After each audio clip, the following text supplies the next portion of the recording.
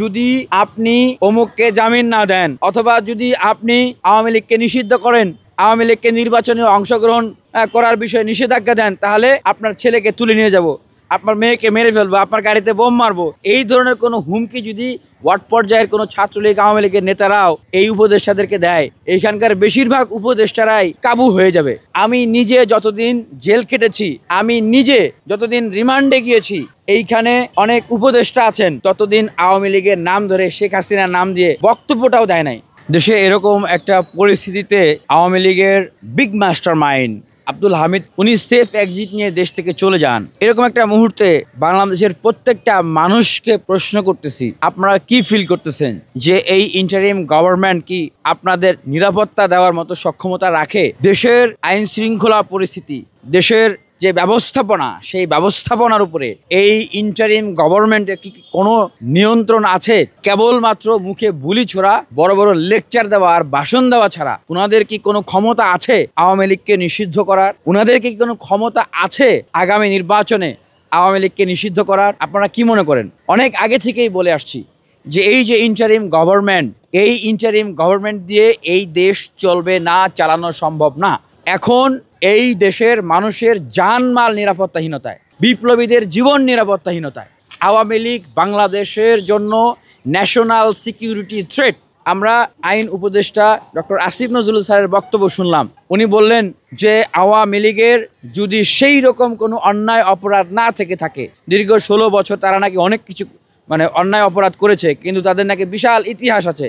যেরকম আমরা 5 আগস্টের পর আমরা কিন্তু ব্রিগেডিয়ার সাখাওয়াত হোসেন, যিনি এখন নৌ পরিবহন উপদেষ্টা এবং শ্রম উপদেষ্টা, ওনার মুখ থেকেও এরকম শুনেছিলাম। উনি বলেছিলেন যে আওয়ামী লীগকে দল গোছানোর জন্য উনি পরামর্শ দিচ্ছেন। আমরা তখনই বুঝেছিলাম, যাদের বোঝার কথা, যাদের রাজনৈতিক জ্ঞান আছে, যে কি সমঝোতার ভিতর দিয়ে আসলে ইন্টারিম গভর্নমেন্টটা তৈরি হয়েছে, কি চুক্তি করে যারা উপদেষ্টা হয়েছেন তারা আসলে উপদেষ্টা হয়েছেন।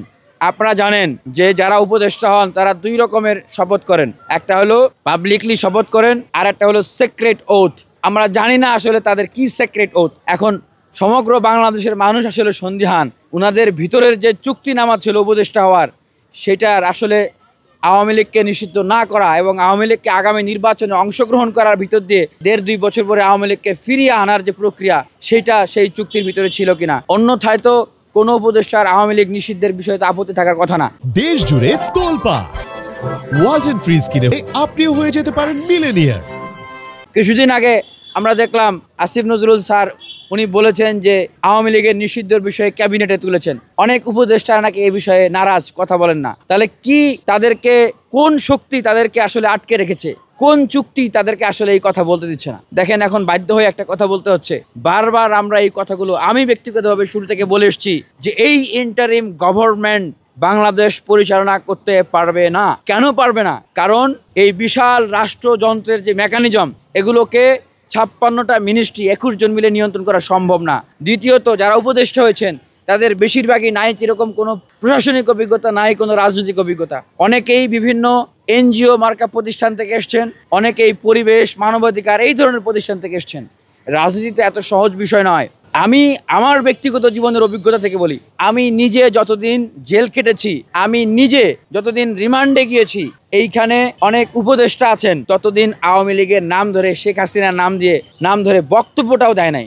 যদি আপনি অমুককে জামিন না দেন অথবা যদি আপনি এই কাজটা করেন, এই কথাটা বলেন, আওয়ামী লীগকে নিষিদ্ধ করেন, এই বক্তব্যটা দেন, আওয়ামী লীগকে নির্বাচনে অংশগ্রহণ করার বিষয়ে নিষেধাজ্ঞা দেন, তাহলে আপনার ছেলেকে তুলে নিয়ে যাব, আপনার মেয়েকে মেরে ফেলবো, আপনার গাড়িতে বোম মারবো, এই ধরনের কোনো হুমকি যদি ওয়ার্ড পর্যায়ের কোনো ছাত্রলীগ আওয়ামী লীগের নেতারাও এই উপদেষ্টাদেরকে দেয়, এইখানকার বেশিরভাগ উপদেষ্টারাই তারা কাবু হয়ে যাবে। তাদের কাছ থেকে আপনারা কিভাবে আশা করেন যে তারা আওয়ামী লীগকে নিষিদ্ধ করবে? আওয়ামী লীগকে নিষিদ্ধ করা দেশের সত্যিকার অর্থেই, যে জন্য আমরা রক্ত দিয়েছি, জীবন দিয়েছি, দীর্ঘদিন আমরা আন্দোলন করেছি, তরুণরা আমরা বিপ্লব সাধন করেছি, গণ অভ্যুত্থান রচনা করেছি, সেটা হচ্ছে প্রকৃত অর্থেই দেশের একটা গুণগত পরিবর্তন, সংস্কার এবং তারপরে নির্বাচন। এটা যদি সত্যি করতে হয় তাহলে একটা জাতীয় সরকার গঠন করতে হবে।